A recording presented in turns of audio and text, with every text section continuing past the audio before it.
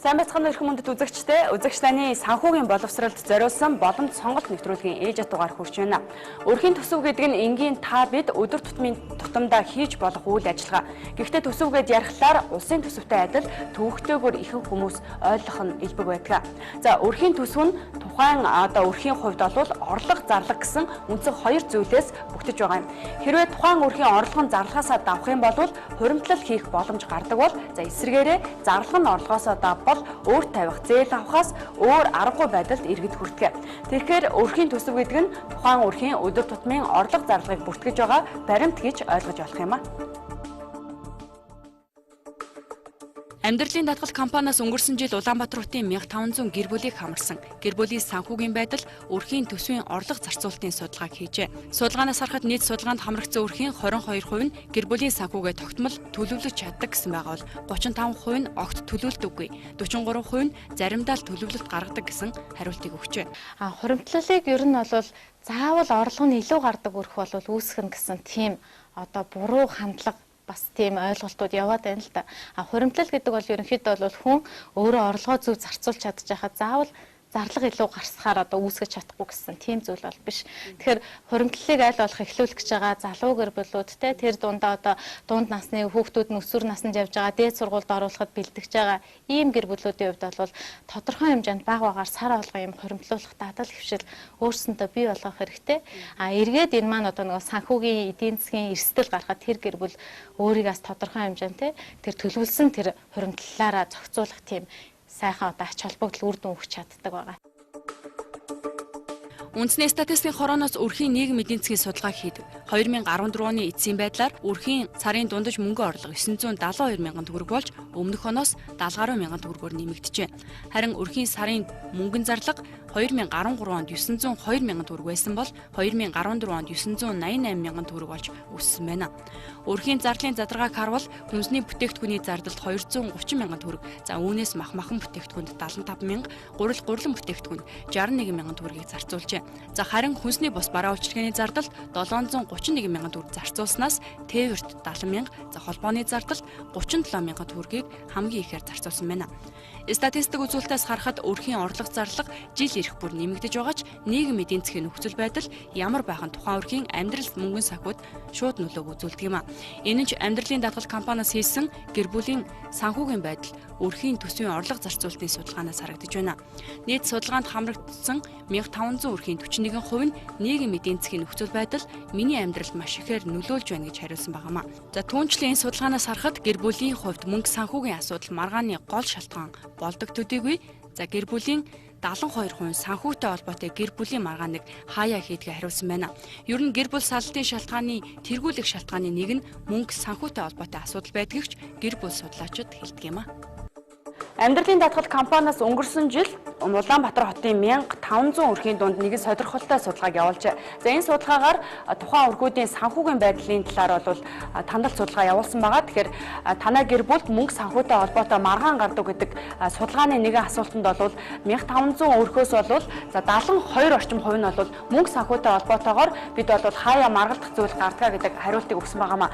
Харин судалгаанд оролцсон 1500 өрхийн хувьд бол 7% нь бол за бид бол мөнгө санхүүгээс болоод байнга хоорондоо маргалддаг гэдэг хариултыг өгсөн байна. Харин ердөө 21 орчим хувь нь за бид бол мөнгнөөс олж маргалддаггүй гэдэг хариултыг өгсөн байгаамаа. Тэгэхээр маргалдах шалтгааны бол 43 орчим хувь нь тухайн өрхийн хувьд гинтийн зардал бий болсонтой холбоотой байдгийг ч судалгаанаас харж болохоор байна. Тэгэхээр өрхийн зардал талаас нь харахад за ихэнх гэр бүл төлөвлөж худалдан авалт хийдэггүй нь ажиглагдаж байна. За наад зах нь та дэлгүүр гарахдаа худалдан авах зүйлээ бол бичиж гарч занших нь сэтгэл хөдлөлөөр худалдан авалт хийхээс зайлсхийх алхам болдог юм а.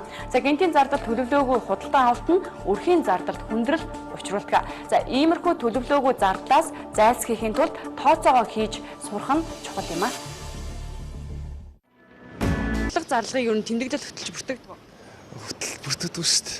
Зарлага дээр тэмдэглэл ер нь хөтэлдэг. Үгүй яг багцаа байж лээдэг шүү дээ. За ер нь сарынхаа орлого зарлагын тэмдэглэл хөтэлдэг. Тэмдэглэдэг. Тэмдэглэдэг. Сарынхаа өрхийн орлого зарлага дээр тэмдэглэл хөтэлдэг. Хөтэлдэг. Ер нь орлого чинь заримдаа зарлага нь орлогоосоо давах тохиолдолд ер нь хэр гардаг вэ? Магадгүй ингээд эмэгтэй хүний хувьд дэлгүүр гарахдаа тийм аавна гэдэг нэг цаасан дээр тэмдэглээд ч юм уу гардаг штэ. Тийм байдлаар зарлагаа хянаж чаддаг ба. За баг үгүй дээ. Нэг сар тооцоо хийсэн хүн бол ямар зардлыг ер нь зайлшгүй гаргах шаардлагагүй байгаа юм бэ? Яагаад энэ зардлыг заавал орой болгон? Жишээ нь өрхөөлгөн орой болгон заавал тэр амттан ч юм уу, тэр ундаанд ч юм уу, те чихэр жимсэн тэр мөнгө заавал зарах хэрэгтэй юм уу, те? Эргээд тэр маань эрүүл мэндийн хувьд те хүүхдийнхэн бас одоо тэр шүдэн өвдөх ч юм уу ингээд ийм бэрхшээлтэй хүндрэлтэй асуудлууд гараад байдаг.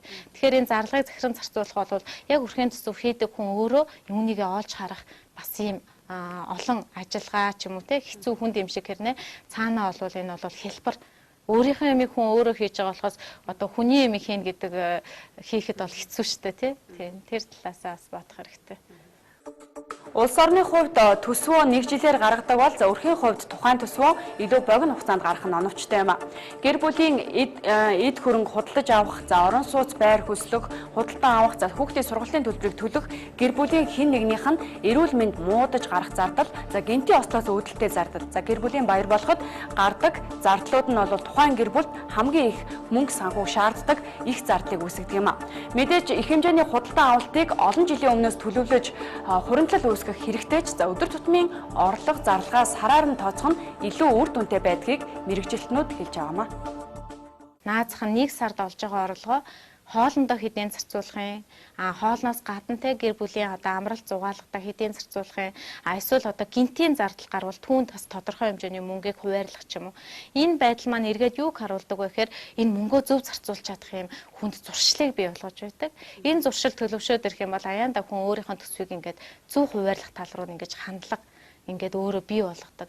Тэгэхээр иймэрхүү хувь хүнээс шалтгаалсан яг өөрөөс нь л шалтгаалсан эдийн засгийн асуудлыг хүн өөрийнхөө эдийн засгийн бас зөв хүмүүжлээрээ илэрхийлэх дөнгөж талаасаас энийг бас бодит ажил болгох ийм олон талтай байгаа. Ер нь иргэд өрхийн төсөв, орлого зарлагаа төлөвлөж чадаагүйгээс хүүхдийн сургалтын төлбөр, эрүүл мэндийн эмчилгээ, үйлчилгээний зардал зэрэг гэмтийн зүйлд бэлтгэлгүй байдаг нь түгээмэл байдаг. Түүнээс болж гэр бүл мөнгө санхүүгээс үүдэлтэй маргаан үүсгэх нь их байдаг. Тиймээс аливаа тооцоологдоогүй санхүүгийн эрсдлээс урьдчилан сэргийлэхийн тулд өрхийн хуримтлалыг бий болгох шаардлагатай юм а. Инхийн тулд одооноос санхүүгийн төлөвлөлтөө хийж хэвших нь чухал юм а. Дэлхийн улс орнууд иргэдийнхээ санхүүгийн боловсролд онцгойлон анхаарч энэ чиглэлийн олон ажлыг зохион байгуулдаг. Ерөнхий боловсролын сургуулиуд нь санхүүгийн боловсролын чиглэлээр тусгай хичээлүүдийг заавал оруулдаг бол ихтэй сургуулиуд нь сонгож судлах хичээлийг санхүүгийн боловсролын чиглэлээр оруулж өгдөг байна. Эсвэл төрийн бус байгууллагууд нь гэр бүлийн амьдралд бэлтгэх хөтөлбөр хэрэгжүүлэх зэрэг олон арга хэмжээг авдаг.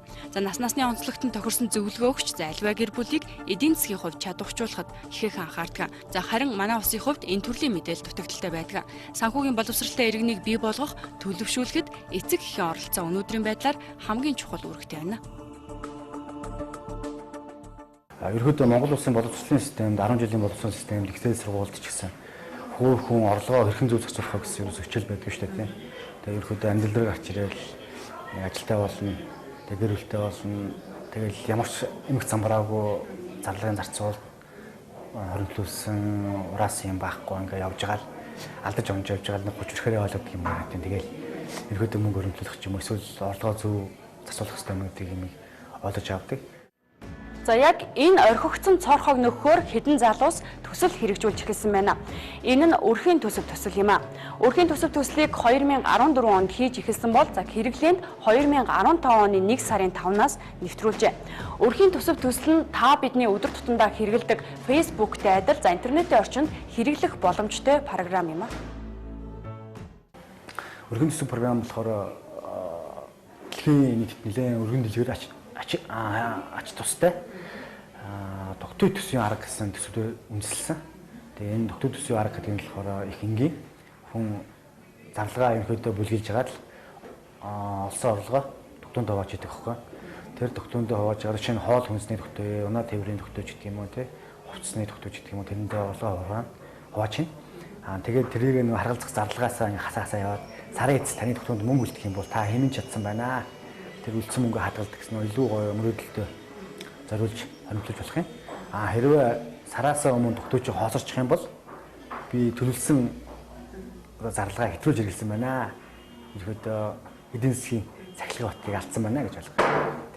Өнөөдөр ажил хийж цалин аваад юунд яаж өрснөө мэддэхгүй дуусчлаа гэж ярьдаг хүмүүс их байдаг. Тэгвэл зардлаа хянах хамгийн энгийн боломж нь тэмдэглэл хөтлөх юм а. Өрхийн төсвийг заавал эхнэр хүн хөтлөн гэсэн ойлголт байхгүй. За өнөөдөр ажил хийж орлого олж байгаа гэр бүлийн айлч гишүүн өрхийн төсвөө хөтлөх боломжтой юм а. Өрхийн төсвөө хөтлөж эхлэх нь зөвхөн мөнгө санхүүгээр хязгаарлагдахгүй, танай гэр бүлийн харилцаанд эерэг нөлөөгч мөн үзүүлдэг байна. Эрэгтэйчүүдийн хувьд ч юм уу те эхнэртэй мөнгө авчирж өгөөд л тэгэл дараа нь одоо юу гэдэг те ямар нэг асуудал гарвал амар байдгийг, хэлбэр байдгийг энийг ихнэр зохицуулсан гэд. Тэгээ санхүүгийн асуудал гараад ирэнгүүт чи яаж мөнгөний маань өрөв, энэ мөнгө яагаад хөрхөө олж үгээд. Ингээд гэр бүл бас санхүүгийн маргаан үүсгэх гэдэг. Тийм болохоор заавал чи би гэсэн юм ойлголт байхгүй. Тухайн гэр бүлийн хэн тооцоотой вэ? Үнэхээр хүүхдэн ч гэсэн худалдаа авалтанд хийдэг тухайн гэр бүлийн хоол хүнсэнд одоо цуглуулахад оролцдог бол хүүхдийг ч гэсэн өрхийн төсөв бариулах боломжтой байдаг. Тэгэхээр энэ гэр бүлийн харилцаан дотор энэ эдийн засгийн асуудлыг хамтдаа шийдвэрлэнэ гэдэг бол хамгийн чухал. Орой хоолой идэхтэй хүртэл бид нар хамтдаа тий өнөөдөр ямар зүйл худалдаа аваа гэдэг чи бас нэг ярианы тий харилцааны үед бас нэг сэдв гарч ирдэг. Тэгэхээр энэ дээр заавал хэн нэг гэсэн ойлголт байхгүй шүү гэж хэлмээр байна. Ер нь энэ програмын хамгийн том давуу тал болохоор уламжлалт төвлөрөөр хөтлөх арга дээр болохоор сарын эцэст би юунд хэдэн төгрөг зарчваа гэдгээ харахын тулд эргээд бүх өдрийнхөө бүх хуудасаа ингээд чүүштэй юм. Чүүгээл нэгтгэл явна. Тэр чинь амар том ажил байхгүй. Тэгээ тэрийг болохоор хэлбэрчлээд ганцхан дууштай арга төвийнхнөр тайлангаа авчиж. Би энэ сарда одоо олсон орлогын хэдэн хувийг нь хүнсэндээ ч юм уу хэдэн хувийн 600 буруу зуршилдаа хэдийн өнөр хүүхдээ зарцуулсан маань гэдгийг харах боломжтой. Тэгээд нэг гэр бүлэрээ сууж байгаа дараа царихаа төлгөө гаргадаг. Гэр бүлэрээ сууж ингээд төлгөө гаргана гэдэг чинь өрөө хүүхд маань хүртэл оролцож чинь гэсэн үг шүү дээ. Манай аав чинь ингэж төлөвлөж байсан шүү. Би дараа нь насанд хүрсэн дараа бол ингэж төлөвлөдөг гэдгийг мэдээд мөнгөний үн цэнийг ойлгох талд илүү ач тустай. Өрхийн төсөв програм авахын тулд өрхийн төсөв цагийн мөн гэсэн сайт байгаа. Энэ сайт руу ороод энэ дээр товч мэдээ төслийн талаар товч мэдээлэл байгаа. Тэгээд програмыг нэвтрэхийн тулд энэ нэвтрэх хэсэг рүү орно. За энэ би нэвтэрсэн, өөрчлөлт нэвтэрсэн байна. За програмыг нэвтэрж орсны дараа бол ерөнхийдөө самбар хэсэг харагддаг. Энэ болохоор тухайн өрх айлын тухайн сарын төсөв харагдаж байна. Одоо жишээ нь нийт мөнгөнд дүн хэмжээ, хадгалсан мөнгө, энэ сарын орлого, энэ сарын зарлага харагдаж байна. За энэ дээр болохоор төлгөөт орлогын гүйцэтгэл харагдаж байна. Жишээ нь энэ сард 695 мянган төгрөгийн орлого орж ирэх ёстой юм. Түүний 73% буюу 505,450 төгрөг орж ирсэн баг шээ. Энэ ч мөн адил төлгөөт зарлага. Би энэ сард 96 мянган төгрөг зарлагдах юм байна. Тэрний 85 мянган төгрөг зарлагдсан байна гэж харагдаж байна. Энэ дээр болохоор өгтөө төсвийн арга би хүнсний бараан төлөвлөсөн мөнгөнийхөө 88%-ийг нь одоо төлөвлөсөн мөнгөнийхөө 88%-ийг хэрэгэлсэн. Энэ ахын хэрэглээ бараа яагаад улаан өнгөтэй байна гэхээр би төлөвлөсөн зарлагаасаа хэтрээд хэрэгэлсэн байгаа учраас ингэж харагдаж байна. Эндээс бол ерөнхийдөө товч өрхийн төсвийнхаа балансыг хараа явуучих боломжтой. Энд бол товчхон энэ сарын орлого зарлагын тайлангууд товч харагдаж байна. За өрхийн төсөв програм болохоор ерөнхийдөө бүх юм дансаар явагдаж байгаа. Данс гэдэг нь юу вэ гэхээр одоо бэлэн мөнгөч данс, цалингийн картч данс, хадгаламжч данс. Тэгээ энэ бүхнийг данс гэсэн ухтгоноор үүсгэж өгөх ёстой. Одоо жишээ нь бэлэн мөнгө гэсэн данс байна. Энэ дээр бол одоо 45390 төгрөг байхтай жишээтэй. За эндээс шинэ данс үүсгэж болно те. Шинэ данс үүсгэхэд одоо жишээ нөхрийн кредит карт ч юм уу, миний цалингийн карт ч юм уу гэх мэт шинэ үүсгэж болно.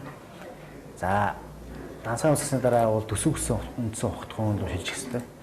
Аливаа өрх айл бол сараараа төсөөлдөг. Сардаа цалин буудаг учраас тэгээ тухайн сарынхаа орлогыг тухайн сарынхаа зарлагтай хүргэх ёстой. Тэгээ болж өгвөл хэмнээд хадгалах ёстой. За одоо энэ чинь 3 дугаар сарын төсвөр хөдлөө орцгоё. Өнөөдөр 3 дугаар сар учраас. За энэ 3 дугаар сарын төсвөр дээр орохоор ерөнхийдөө хувийн үндсэн ухтгон байдаг байхгүй. Төлгөөт орлого, төлгөөт зарлага гэсэн. Төлгөөт орлого гэдэг нь юу вэ гэхээр энэ сард орж ирэх ёстой орлого. Төлгөөт зарлага гэдэг нь болохоор энэ сард төлөх ёстой зарлага. Төлгөөт орлого жишээ нь одоо ямар нэгэн юм түрээсэлдэг бол одоо энэ чинь гараж мөнгө, гараж түрээсэлдэг айлаа. Тэгээд цалин тий төлгөө зарлага болохоор байрны төлбөр, утасны төлбөр, өөр интернет кабель гэдэг төлбөрүүд байна. За энэ дээр бол гүйцэтгэл нь харагдсан байна. Жишээ нь гаражны мөнгө гэдэг энэ 143% гүйцэтгэлтэй гэдэг нь болохоор одоо илүү мөнгө ороод ирсэн байна л да. За энд болооны цалин гэдэг жишээ нь энэ цалингийн 485 мянган төгрөгийн цалин орж ирэхтэй. Түүний одоо аванс нь бууцсан буюу 42% нь хагас мөнгө нь ороод ирсэн гүйцэтгэл нь харагдаж байгаа. Зарлага байж болно. Энэ сарын байрны зарлага 85 мянган төгрөгийн зарлагтай байна. Үүнийг үл төлсөн байна 100% гүйцэтгэлтэй. утасны төлбөрөө төлөөгүй. Ингээд нөгөө төлөх ёстой, гарах ёстой, орох ёстой, төлөх ёстой зарлага, орж ирэх ёстой орлого гэх мэт чигээр хараад графикаар хараад явж байгаа. За үүнийгээ үүсгэсний дараа яах вэ гэхээр мэдээж орлогоо бүртгэж өгнө. Одоо орж ирж байгаа орлого бол за энэ чинь 3 дугаар сарын орлогыг харуулж байна. Одоо энэ чинь граншийн мөнгө ороод ирсэн байна 90 сая төгрөг. Зүг. За зарлага харчээ. За чинь энэ үдийг харъя л да. 2015 оны 3 сарын 28-нд зарлага хийсэн өдрийн нийт зарлагын дүн бол 3700 төгрөг байна л да. Энэ дотроо би юу гэдгийг сүү 1700 худалдаж авсан байна. Өндгөө 2000 руу худалдаж авсан байна. Өдрийн нийт зарлага энд харагдаж байгаа жишээтэй. За орлого зарлага дээр нэг бас үндсэн ухтах юм байдیں۔ Энэ дээр бол шилжүүлэх гэсэн нэг юм байгаа. Энэ болохоор юу гэхээр нэг дансаас нөгөө данс руу одоо чинүүдийн нөхрийн кредит картнаас бэлэн мөнгө авч байгаа чинь нэгсэндээ нэг дансаас нөгөө данс руу мөнгө шилжиж байгаа байхгүй. Үүнийг бол орлого зарлага гэж бүртгэхээс илүү нэг дансаас нөгөө данс руу шилжиж байгаа учраас шилжүүлэх гэсэн ухтгооноор шилжүүлнэ те одоо юу гэдэг кредит картнаас бэлэн мөнгө рүү шилжүүлэх. За ингээд зарлагаа бүртгэснээ дараа зарлага бол одоо жишээ нь сар харагдаж байгаа. Одоо 2 сарын зарлага бол ингээд харагдаж байгаа шүү дээ. 1 сарын зарлага, за 3 сарын зарлага. За зарлагаа бүртгэсний дараа тогтвол төсөв гэсэн нэг юм байгаа. Одоо энэ л бид нэр автомат систем цаанаас үүсэж өгсөн байгаа. За хүнсний барааны тогтвол би энэ дээр 200 сая төгрөг төлөвлөсөн байна. Түүнээс төлөвлөсөн мөнгнөөс бодоод 24834 төгрөг үлдсэн байна. Бусдыг энэ үрээд дууссан байна. Зараад дууссан байна гэсэн. Нэгсэндээ би сарын эцсийн өдөр чинь 31 болж байгаа учраас би 24000 бараг 24000 төгрөг хэмнэл гарч чадсан байна гэж ойлгох хэрэгтэй. Энэ бол амжилт юм. Ахын хэрэглээний бараа чинь дээр 100 сая төгрөг төлөвлөсөн байна. Би хасах 13440 гэсэн хэтрэл би 13440 төгрөгийн хэтрэлт тий илүү зарцсан байна гэж ойлгох. За эндээс бол би нэгсэндээ төлөвлөсөн зарлагаа одоо хэр их санхүүгийн сахилга баттай биелүүлсэн байна гэдгийг харах гэж. Одоо энэ чинь хөвчлэг хацгаагаа учраас би нэлээд санхүүгийн хувьд энэ сард сахилга баттай нэлээд зөрчсөн байна. Харагдаж байна л да. За энэ програмын хамгийн том давуу тал болох тайлан байгаа. За би 3 сарынхаа тайланг харж байна. Энэ дээр зарлагын тайлан харагдаж байна. За хүнсний бараандаа би нийт зарлага 17.3 буюу 125 мянган орчим төгрөгийг зарсан байна гэх мэтчлэнгээр ингээ зарлагуудыг нийтдээ ийм мөнгө зарсан байна. За ингээ зарлагаа харсны дараа одоо чинь би нарийнж харах боломжтой байхгүй. Зөвхөн хоол хүнсний дотроо би яг юу авсан юм бэ энэ сард. Ингээ харахад би махан бүтээгдэхүүнд нийт зарлагын хоол хүнсэнд зарагдсан мөнгөний 7.2% буюу 9 сая төгрөгийг зарсан байна. Хүнсний ногоонд 22.1%, 27.600 төгрөг зарсан байна гэдэг энэ зарлагуудыг ингээ хараа авчих. Тэгээ энэ бол одоо юу гэдгийг энэ өрхийн төсөв програм ч юм уу өрхийн төсөв хөтөлсөний хамгийн том ач тусалтай. Хэрвээ та одооноос өрхийн төсвөө хөтлөхөөр шийдсэн бол өрхийн төсөв цэг MN хаягаар нэвтрэх за Facebook-ээр өрхийн төсөв төслийнхэнтэй холбогдох боломжтой юм. Хамгийн гол нь та бидэнд санхүүгийн боловсрол олгож за өрхийн төсөв хөтлөх энэ програм нь үн төлбөргүйгээр ашиглагддаг юм. Тэр та илүү их орлого олж баяжих биш эхлээд өөрийнхөө олж байгаа тогтмолж яах орлогоо зөв хуваарлж зөв зарцуулж сурах нь чухал юм.